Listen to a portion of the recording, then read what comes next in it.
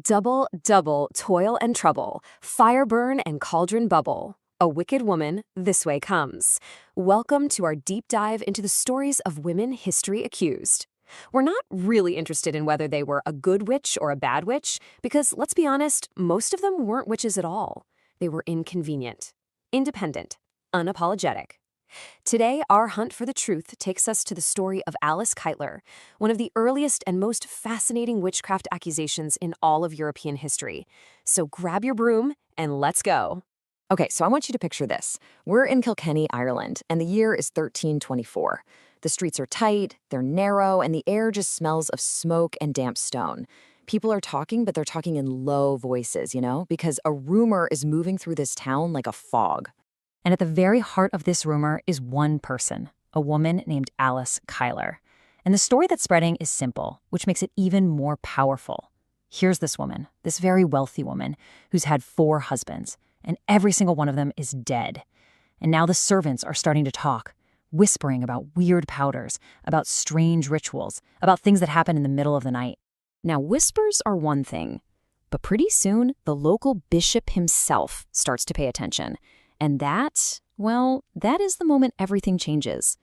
Because when the church gets involved, a story is no longer just a rumor. It becomes a formal accusation. And that's when things get truly dangerous. So who was this woman at the center of this growing storm? Let's take a closer look at Alice Kyteler herself.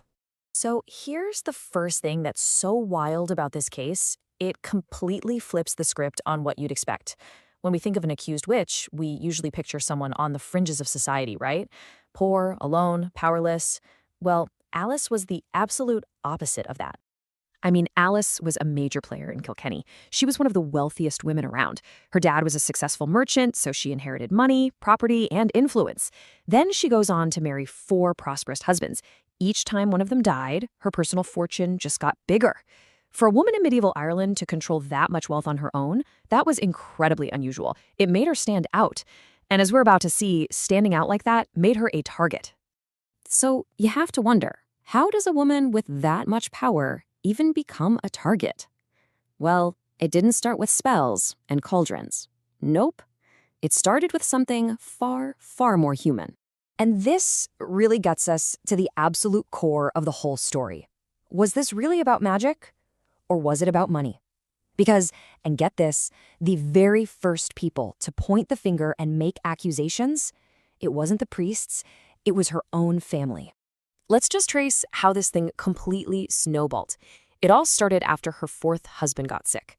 His kids, Alice's stepchildren, started to panic about their inheritance, so they accused her of poisoning him to try and change his will. See? An inheritance dispute. But from there, the stories just exploded. Servants were questioned, probably under a ton of pressure. And all of a sudden, the accusations went from poison to heresy. And that's what brought the bishop to her door. And this is where things get really, really dark. One of Alice's servants, a woman named Petronella de Meath, confessed under torture. And the stories she told were just wild. Sacrificing animals to demons, brewing up magical powders, flying. These confessions were a perfect match for what medieval interrogators expected a witch to say. It wasn't a reflection of what really happened. It was a reflection of their own beliefs, dragged out of someone in unimaginable pain. And the story of Petronella, her servant, really brings us to this tragic, stark contrast at the very heart of this case. It's a tale of 2 women, caught in the same storm, but with 2 very, very different fates.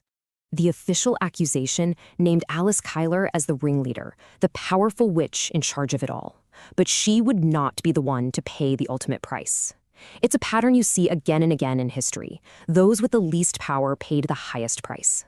And the injustice is just laid bare when you look at them side by side. Alice had connections, she had money, she had influence. Her powerful friends actually resisted the bishop. She was never tortured. Petronella, on the other hand, had nothing and no one. She was publicly whipped, she was tortured, and in the end, she became the first known person in Ireland to be executed for the crime of witchcraft. Alice was the alleged leader, but Petronella was the one who burned. So, what happened to Alice? Well, right before the trial could really get going against her, she fled.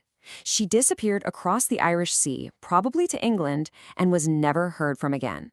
No trial, no execution. She just vanished from the pages of history. And that escape is what makes her story so unforgettable, because most accused women did not get away. So let's pull back the curtain for a minute. If this wasn't really about magic, what was truly going on here? What forces were at play in the case against Alice Kyteler? Well, historians have some pretty clear ideas. You see, it was like a perfect storm of factors, all converging on this one woman.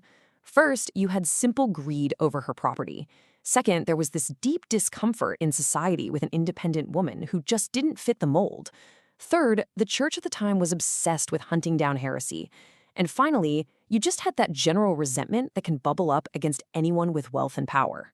In other words, when you boil it all down, the accusation of witchcraft wasn't just about a fear of the supernatural. It was a tool. It was a weapon you could use to label, to control, and ultimately to punish women who were seen as a threat to the social order. And that's why Alice's trial is so incredibly important. You have to remember, this happened early, long before the massive, terrifying witch hunts of the 16th and 17th centuries. This case, it's like a blueprint. It shows us how the patterns that would haunt Europe for centuries were already taking shape. Just think about it. You see rumors on the street escalating into formal charges by the church. You see torture being used to create the evidence they needed. You see religion, politics, and greed all getting tangled up together. And most chillingly, you see that awful pattern where the most vulnerable people pay the highest price while the powerful find a way out. These exact elements would be repeated for hundreds of years. You know, it's so easy for us to look back and just ask, so was Alice Kyteler really witch? But that's probably the wrong question to ask.